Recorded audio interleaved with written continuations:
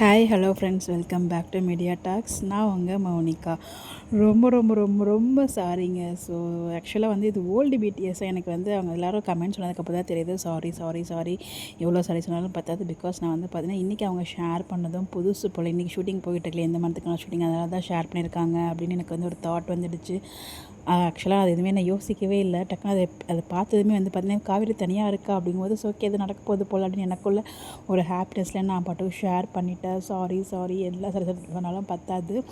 அதாவது எனக்குள்ள ஒரு ஆசை, ஐயோ தனியாக போயிடுவாங்களோ அப்படின்னு சொல்லிட்டு, பக்கத்து பொஷனுக்காவது போயிடுவாங்களோ அப்படின்னு சொல்லிட்டு. பட் அதுக்கு வாய்ப்பு இல்லை அப்படின்னு சொல்லி இன்றைக்கி எபிசோடில் தெரிஞ்சாலும், பட் இந்த பிடிஎஸை பார்த்ததும் எனக்குள்ள ஒரு ஆசை. பழைய வயசில் எதுவுமே யோசிக்காமல் நான் பாட்டுக்கு ஷேர் பண்ணிட்டேன். சாரி சாரி சாரி, தப்பு பண்ணுறது வாழ்க்கையில் கொஞ்சம் தானே அப்படிங்கிற மாதிரி தான் போச்சு. பட் இருந்தாலும் கொஞ்சம் ஒரு மாதிரி ஆயிடுச்சு. நிறைய பேர் கமெண்ட்லேயும் ஷேர் பண்ணியிருந்தீங்க. அதுக்கப்புறம் தான் ஐயோ ஐயோ மண்டை மேலே அந்த கொண்டையை மறந்துட்டோமே அப்படிங்கிற மாதிரி எல்லாருமே வந்து ஷேர், அதே நான் வீடியோவில் சொல்கிறேன்.